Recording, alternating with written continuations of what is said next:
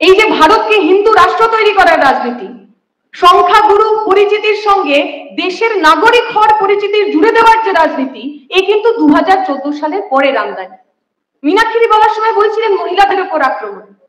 আসলে এই সংখ্যাগুরুর রাজনীতি যে বিশেষ ভাবধারার উপর দাঁড়িয়ে তৈরি মনুস্মৃতি দাঁড়িয়েই রয়েছে মহিলা এবং প্রান্তিক মানুষের উপর আক্রমণ, এবং তা থেকে তৈরি হওয়া রাজনীতির উপর দাঁড়িয়ে হিন্দু রাষ্ট্রের নির্মাণ। তাই হিন্দু রাষ্ট্রের যখন নির্মাণ হলো, এই পরিচিতি যখন তৈরি হলো, সেই পরিচিতিতে, হিন্দু রাষ্ট্রের পরিচিতিতে বাংলার ভূমিকা, বাঙালির ভূমিকা কি, তা নিয়ে নানা রকম প্রশ্ন থেকে যায়। আপনারা দেখেছেন কিছুদিন আগে বেঙ্গল ফাইলস বলে একটা সিনেমা রিলিজ হয়েছে না, যাতে আমাদের এই যে দেশ ভাগের স্মৃতি, সেই স্মৃতিকে নতুন করে পুনর্গঠন করার চেষ্টা করা হয়েছে। আচ্ছা, আমার কাছে দেশভাগের স্মৃতি কি? আমি একজন উদ্বাস্তু পরিবারের মেয়ে। আমার কাছে দেশভাগের স্মৃতি মানে আমার দাদু ঠাকুরমার ওপার বাংলা থেকে এবার বাংলায় চলে আসে। আমার কাছে দেশভাগের স্মৃতি মানে দিনের পর দিন ওই রিফিউজি ক্যাম্পগুলোতে, এই উত্তরপাড়া বালি থেকে শুরু করে গঙ্গার একটা লম্বা অংশ জুড়ে রিফিউজি ক্যাম্পের মানুষের থাকা। আমার কাছে পার্টিশনের স্মৃতি, দেশভাগের স্মৃতি মানে ওই রিফিউজি মানুষের লাল ঝান্ডা হাতে নিয়ে তার জীবনের জন্য, জীবিকার জন্য, নাগরিকত্বের জন্য রাস্তায় নামা। আমার কাছে পার্টিশনের স্মৃতি মানে হিন্দু মুসলমানের দাঙ্গা নয়।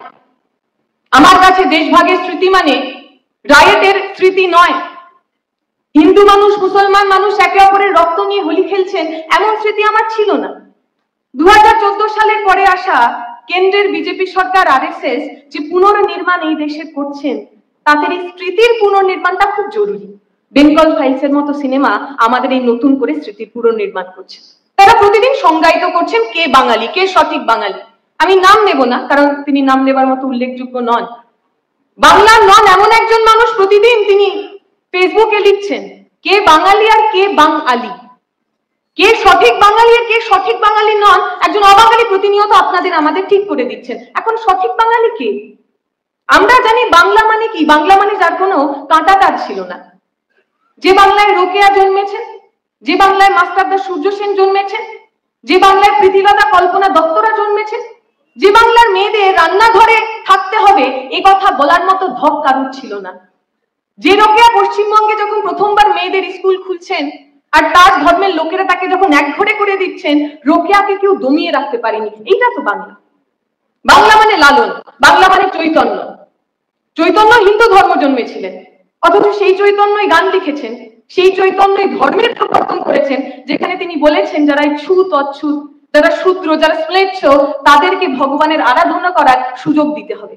তিনি বলছেন ভগবান আর তার ভক্তের মধ্যে কোনো পুরোহিতের, এজেন্টের দরকার নেই। ভক্তের মধ্যে থাকা প্রেম, ভালোবাসাই আসলে তার ভগবানের সঙ্গে সবচেয়ে বড় সংযোগ।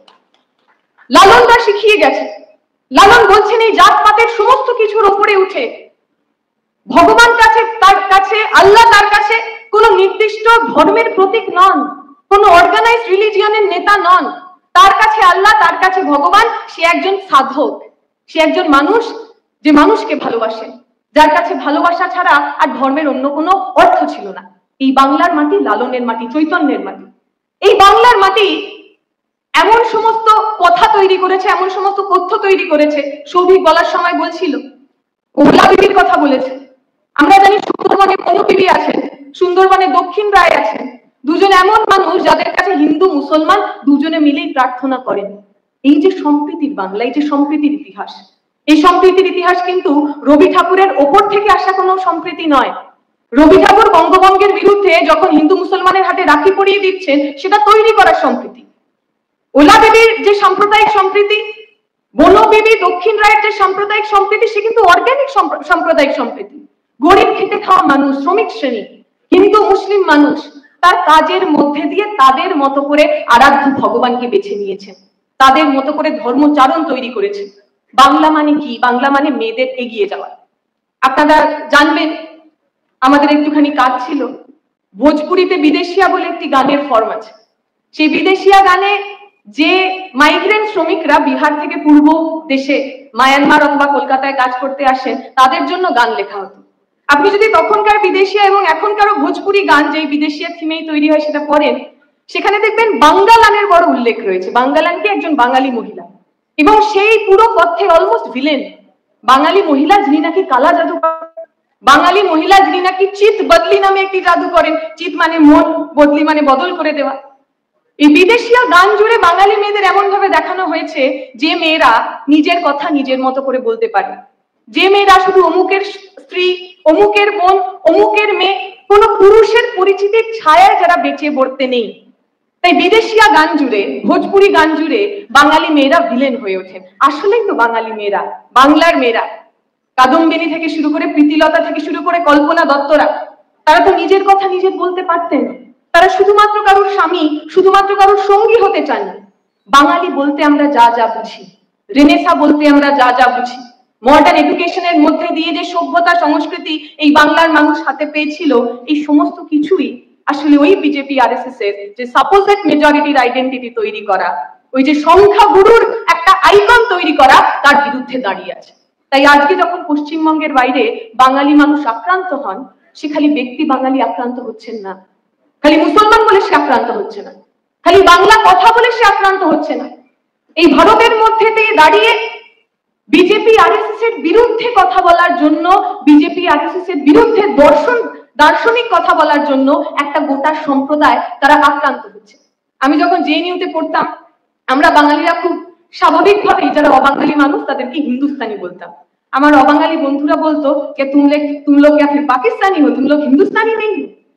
আমরা বলতাম আমরা আসলে যেভাবে বড় হয়েছি, আমাদের কাছে আমাদের পরিচয় সেটা কখনোই সাব ন্যাশনাল নয়।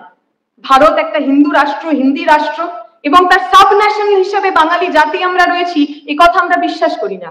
আমরা বিশ্বাস করি বাংলা এবং পাঞ্জাব, যে দুটো রাজ্যের উপর দিয়ে কাঁটা তার চলে গেছে, সেই দুই দেশের মানুষ, সে বাংলায় কথা বলুক অথবা পাঞ্জাবিতে কথা বলুক, সে বাংলাদেশে থাকুক অথবা সে পাকিস্তানে থাকুক, তাদের প্রাথমিক পরিচয় তাদের লিঙ্গুইস্টিক পরিচয়, তাদের ভাষাগত পরিচয়, যে ভাষায় তারা কথা বলে। কিছুদিন আগে আমরা ইতালির প্রাটোতে গেছিলাম, সেখানে যারা টেক্সটাইল কর্মী তাদের মধ্যে বহু মানুষ পাকিস্তানের রয়েছে, এবং তারা পাকিস্তানের পাঞ্জাবি, মুসলমান কিন্তু পাঞ্জাবি ভাষায় কথা বলে। তারা আমাকে বলছিলেন যে তাদের সবচেয়ে পছন্দের যারা গায়ক, তারা এই ভারতের পাঞ্জাবি গায়ক। পাকিস্তানের বেশিরভাগ উর্দুভাষী মানুষের সঙ্গে, উর্দুভাষী গানের সঙ্গে তারা কোনো রকম সংযোগ স্থাপন করতে পারেন না। আমার সমান্তরাল মনে হচ্ছিল আমরা যারা বাংলায় কথা বলি, বা বাংলাদেশের যে মানুষ বাংলায় কথা বলেন, বাংলাদেশের যে মানুষ এপার বাংলার গান শোনেন, বা আমরা যারা ওপার বাংলা ব্যান্ডের গানে মোহিত হয়ে থাকি, আসলে আমরাও আমাদের পরিচিতি, আমাদের ভাষাগত আসলেই আমাদের সাংস্কৃতিক পরিচয় হয়ে ওঠে। তাই আজকে যারা আমাদের সাব ন্যাশনাল করতে চাইছেন, আজকে যারা আমাদের সেকেন্ডারি করতে চাইছেন, আজকে যারা আমাদের পায়ের তলায় দাবিয়ে রাখতে চাইছেন, আজকে যারা বাংলাদেশি বলে আমাদেরকে বাংলাদেশে পাঠিয়ে দিতে চাইছেন, তারা কিন্তু সুচারুভাবে একটা কাজ করছেন। আরএসএস বিজেপি বিরোধী যা যা সমন্বয় সংস্কৃতি এই ভারতে রয়েছে, আরএসএস বিজেপির মনুবাদের বিরোধী, বিভাজনের বিরোধী যা যা সমন্বয়ের সংস্কৃতি এই বাংলায় রয়েছে, সেই সবটাকে বিদেশি বলে দাগিয়ে দাও, বাংলাদেশি বলে দাগিয়ে দাও। এই একই জিনিস আমরা দেখেছি বাংলাদেশে। বাংলাদেশের মানুষ যখন সেখানে পয়লা বৈশাখ করতে চাইছেন, নববর্ষ করতে চাইছেন, সেখানেও যারা ইসলামিক ফান্ডামেন্টালিস্ট, যারা জামাতে ইসলামের পক্ষপাতী, যারা বাংলাদেশকে ইসলামিক রাষ্ট্র বানাতে চান, তারাও একই কথা বলছেন যে নববর্ষ আমরা পালন করব না, কারণ নববর্ষ নাকি হিন্দু আনি, নববর্ষের সঙ্গে নাকি বাংলাদেশের কোনো সংযোগ নেই। অর্থাৎ সমন্বয়ের সংস্কৃতি, গরিব খেটে খাওয়া শ্রমিক শ্রেণীর প্রতিদিনের একটু একটু কাজের মধ্যে দিয়ে তৈরি হওয়া বিশ্বাসের সমস্ত সংস্কৃতি আসলেই আরএসএস বিজেপি অথবা জামায়াত ইসলামকে তারা ভয় পাওয়ায়। আর আমরা যারা বামপন্থী রাজনীতি করি, আমাদের কাছে এই সমন্বয়ের সংস্কৃতি আমরা আগলে রাখতে চেষ্টা করি, বাঁচিয়ে রাখতে চেষ্টা করি। আজকে যে দুজনকে নিয়ে আমরা কথা বলছি, বুদ্ধদেব ভট্টাচার্য এবং সীতারাম ইয়েচুরি, আমাদের পথ দেখিয়ে গেছে। আজকের দিনে দাঁড়িয়ে বাঙালি মানুষ যখন বিভিন্ন জায়গায় আক্রান্ত হচ্ছে, মমতা ব্যানার্জিরা চেষ্টা করছেন, এ রাজ্যের শাসক চেষ্টা করছেন বাঙালিকে সেন্টিমেন্ট হিসাবে তার রাজনৈতিক কাজে ব্যবহার করার। আমরা আপনাদের প্রশ্ন করতে চাই, যে মমতা ব্যানার্জি হিন্দি ভাষা দিবসে নিজের এত বড় একটা ছবি নিয়ে তিনি সম্বর্ধনা জানান, তিনি গ্রিটিংস জানান, শুভেচ্ছা জানান, সেই মমতা ব্যানার্জি আসলেই এই হিন্দি আধিপত্যবাদের বিরুদ্ধে লড়তে পারবেন?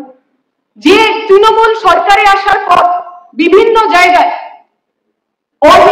হিন্দিভাষী মানুষদের তারা শুধুমাত্র রাজনৈতিক দলের সামনে নিয়ে এসছেন তা নন, বিভিন্ন জায়গায় বাঙালিদের পরিবর্তে বাইরে থেকে, অন্য রাজ্য থেকে নিয়ে আসা মানুষদের তারা রাজনৈতিক ক্ষমতা দিয়েছেন। তাই তৃণমূলকে দিয়ে হবে না, কারণ তৃণমূল বিজেপির বিরুদ্ধে লড়তে পারে, আরএসএস এর যে ফ্রেমওয়ার্ক তাকে তারা প্রশ্ন করে না।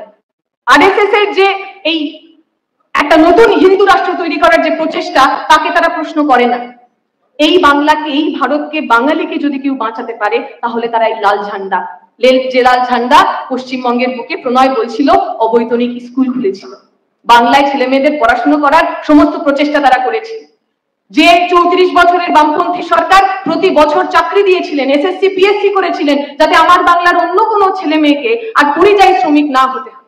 আজকে আমি যে কথা শেষ করব, আজকে ব্যাঙ্গালোর থেকে শুরু করে কেরালা, বিভিন্ন জায়গায় বাঙালি মানুষের পরিচয় তার সবচেয়ে বেশি দমন পীড়নের কারণ হয়ে দাঁড়িয়েছে।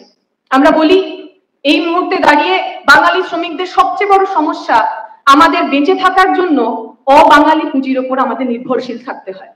বাংলা 2011 সালের পর প্রথমবার মাইগ্রেন্ট রিসিভিং স্টেট থেকে, অর্থাৎ যে রাজ্যে বাইরে থেকে মাইগ্রেন্ট আসতো, বাইরে থেকে পরিযায়ীরা আসতো, তার পরিবর্তে মাইগ্রেন্ট সেন্ডিং স্টেট হয়েছে।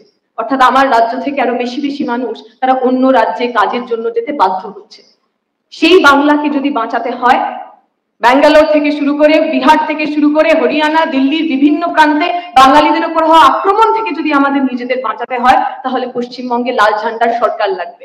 সবচেয়ে বেশি এই বাংলার মানুষ যে রাজ্যে কাজ করেন, সে রাজ্যের নাম কেরালা।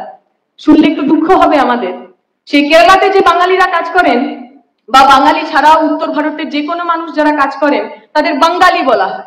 কিছুদিন আগে মালায়ালাম একজন ফিল্ম অ্যাক্টর, তিনি একটি ফিল্মের প্রমোশনে গেছেন, একজন দর্শক আসন থেকে তাকে বলেছেন, তাকে টিটকিরি করেছেন তার জামা কাপড় দেখে, পোশাক আশাক দেখে, কে তুম তো পুরা বেঙ্গলি লুক লেকে আয়ে হো। বেঙ্গলি লুক, এই বেঙ্গলি লুকটা ইন্টেলেকচুয়াল বেঙ্গলি লুক নয়।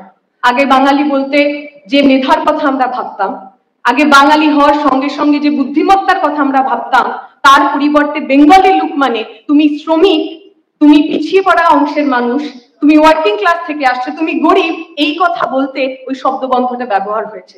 আগে যেমন তামিল শ্রমিকদের ওরা আন্নাচি বলতো, এখন যে কোনো শ্রমিক বা যে কোনো গরিব মানুষকে কেরালাতে পর্যন্ত বাঙালি বলা হয়।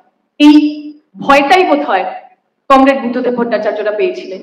এই আশঙ্কা থেকেই হয়তো তারা স্লোগান দিয়েছিলেন যে কৃষি আমাদের ভিত্তি আর শিল্প আমাদের ভবিষ্যৎ।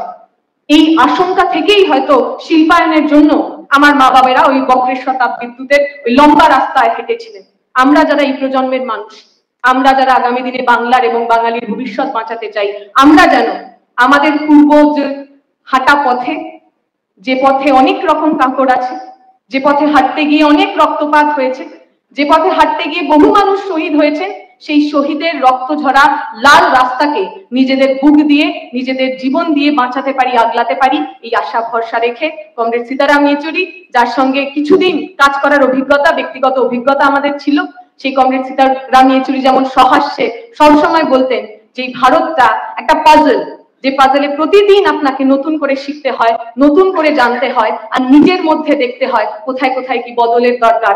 আমরাও যেন আয়নার সামনে দাঁড়িয়ে নিজেদের দিকে তাকাতে পারি এবং ভবিষ্যতের জন্য যা যা বদল প্রয়োজন সেই সমস্ত বদল করতে পারি, এই আশা ভরসা রেখে আমার বক্তব্য শেষ করব। শুকরিয়া, ইনকিলাব জিন্দাবাদ।